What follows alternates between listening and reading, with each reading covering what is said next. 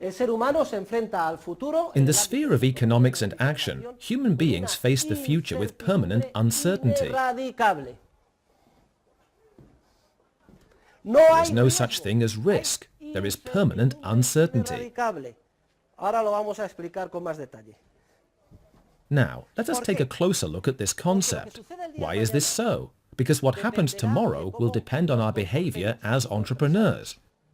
It will depend on the ideas or knowledge or imagination of each and every one of us, millions of human beings, and on what we are able to discover, create, and complete.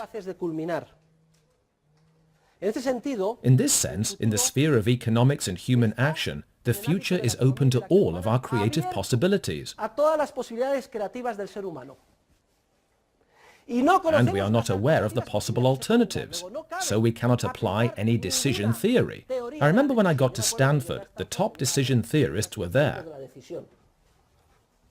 They would say, entrepreneurial problem, let's make a decision tree.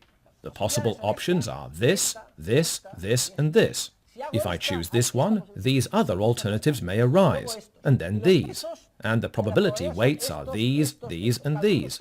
Calculate the optimal decision, and we all put this data into our computers, and then optimal course of action. Wonderful! And the analysts at the Pentagon and everyone else would think, the optimal decision has been found. With this, we can avoid a world war, win the war in Vietnam, and solve... No. With this approach, people just end up beating their head against a wall because they think they know something, and they know nothing, because we do not know, nor can anyone know the possible alternatives, for they depend on the creative capacity of human beings. Until the alternatives are entrepreneurially discovered, they do not exist. It is as if back in 1850 we had said, all right, how are we going to solve the problem of weekend breaks in Hawaii in the future? If you had asked that in 1850, people would have said, he's out of his mind, he's crazy, what's he talking about? What are weekend breaks? And in Hawaii, we can't even get there. The airplane had not been invented yet. The standard of living was not high enough for people to afford vacations. Can you imagine the decision trees they would have made back in 1850? An infinite number of options had not even been discovered yet. Well, today it is just as ridiculous for us to insist on making decisions and issuing forecasts about what is going to happen even next year, let alone 50 years from now, for we have not yet created the possible alternatives. The future is permanently uncertain. Furthermore, human beings need to know their own nature. Human beings are naturally endowed with an innate creative capacity. Later we will make a slight theological digression about this. But we are endowed with an innate creative capacity which enables us to continually discover new knowledge and ideas about ends and means. And this creative capacity determines, though determine is not an entirely suitable term, but we are constrained in our choices, this determines the indeterminate quality of the future, that is, its permanent uncertainty.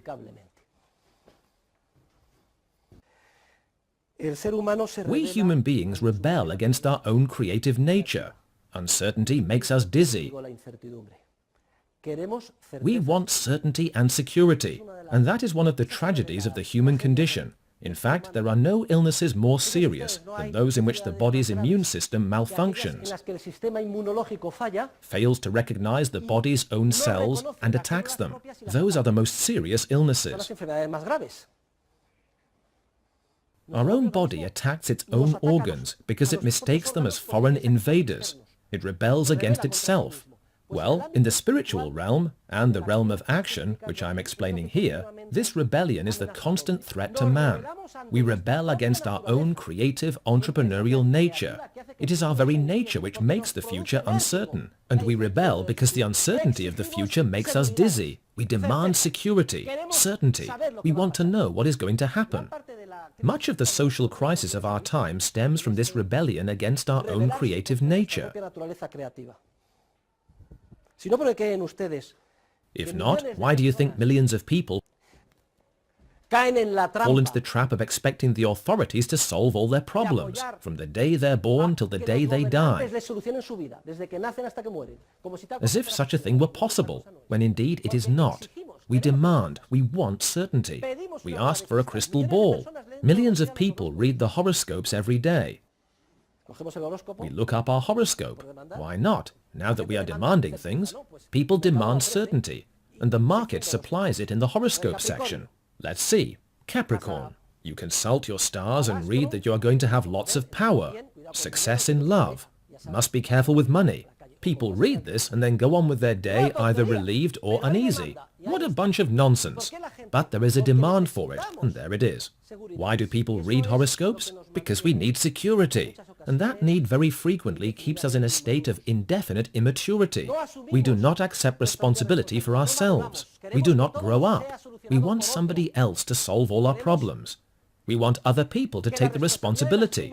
We want to blame our misfortunes on somebody else. mal a otra tercera persona. Anything but admit that what happens to us depends mainly on us and our own actions. No. Instead, the explanation will be, they didn't give me a big enough subsidy. I need more help. I need more support. I became addicted to drugs because of other people's actions and not my own. I had to steal the car. I can rape this girl because I like her and I can do whatever I want, etc. And I am not responsible for anything. I am a victim of society, whatever that means. This is a reaction. Human beings rebel in this way against their own creative nature because their nature makes the future uncertain. And we will chase any mirage, any illusion of false security. It is as if we wanted to stick our head in the sand like an ostrich, to hide from our problems. You are probably thinking, man, life really sucks. You don't know what's going to happen, and everything is uncertain. Well, that's true, but life is beautiful too, and uncertainty gives life its charm. If the future were truly given, and we could see it in a crystal ball, how boring life would be. We are desperately striving for a false, unattainable ideal, a future that is given. And we demand security from our authorities and our scientists, a future that is certain. Well, it makes no difference to me whether or not you like your own nature. My job is to help you discover it. And there is no doubt that the nature of human beings is creative, and therefore the future is permanently uncertain.